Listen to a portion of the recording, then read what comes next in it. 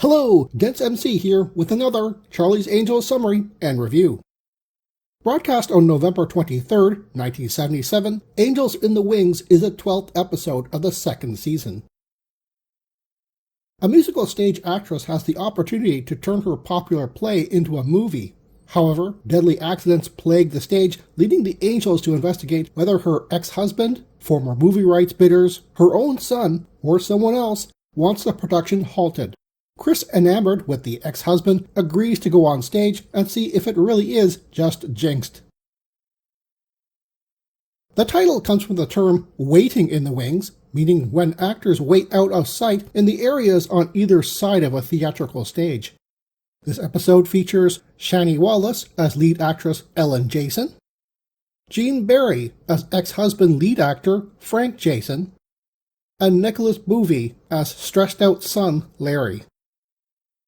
Also in this episode is Michael Fox as Ellen's manager Austin Wells, Nehemiah Persoff as old stagehand Anton Metzger, and Lou Palter as gambling debt collector Enrico Mancino. Interesting scene of the episode, when the Angels first watch Ellen rehearse, Sabrina appears to be unplugging her ears. Only this is the start of the scene and there's no context as to why. Interesting dialogue of the episode is when Chris is offered a starring role in the stage play after her performance. Bosley says, "You're not serious?" Chris replies, "Like I said, Frank's idea. Totally." Kelly jokes while reaching for the phone, "Well, I think I should call him and tell him you refuse." Chris blocks the phone. "You do and I'll break your arm." And Bosley says, "They're very serious." The episode starts with Ellen doing a 1 minute and 45-second musical stage rehearsal number, cut mercifully short by someone in the rafters throwing a stage light at her. This someone having flashbacks to an earlier production there. No security is called, no one checks the rafters. Ellen hires the Angels, but there are multiple suspects that could possibly want her dead or her play halted, and the stage is rumored to be jinxed. Stage 8 here, by the way, is the actual Stage 8 at 20th Century Fox Studios.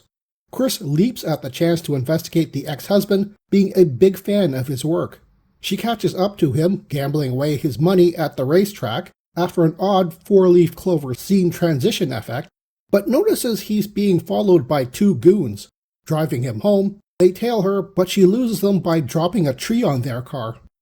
Bosley and the Angels watch a film of the earlier production where an actress died, starting the jinxed stage rumors. And then there's a 2 minute and 30-second long singing scene.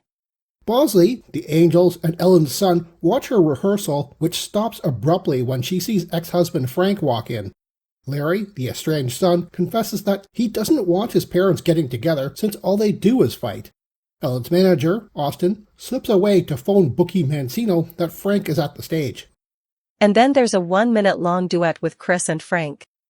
After Sabrina fails to catch the two goons who are following Frank out of the studio, Bosley and the Angels watch the film of the earlier production, again, just to point out Anton, the stagehand, freaking out.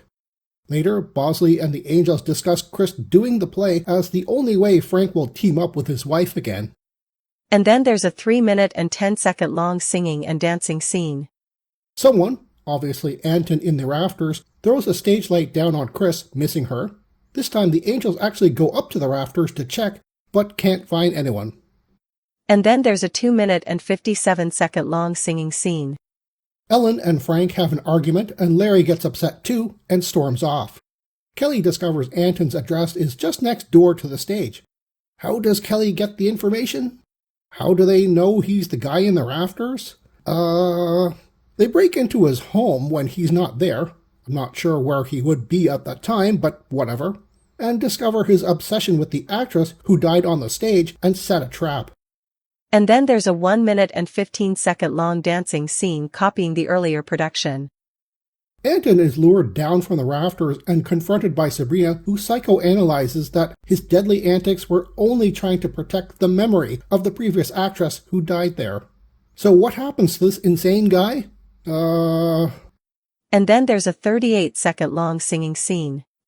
Frank walks in on Ellen's rehearsal and they have a lifeless spat, and Larry walks in, apparently having been missed by Frank, although Ellen never has any dialogue with her son. Bosley info dumps that Ellen's manager Austin had an arrangement with Mancino to help force Frank to do the play with Ellen to pay off his gambling debts. And then there's a 55-second long duet with Ellen and Frank. And then Ellen, Frank, and Larry hug. The end. No, seriously, that's how it ends, and the show rolls credits. Wow, I can see why IMDb gave this episode a 6.7 out of 10, the lowest rating for the second season. If you don't like time wasters in the form of long musical numbers or annoying family drama that gets resolved abruptly, this isn't the episode for you.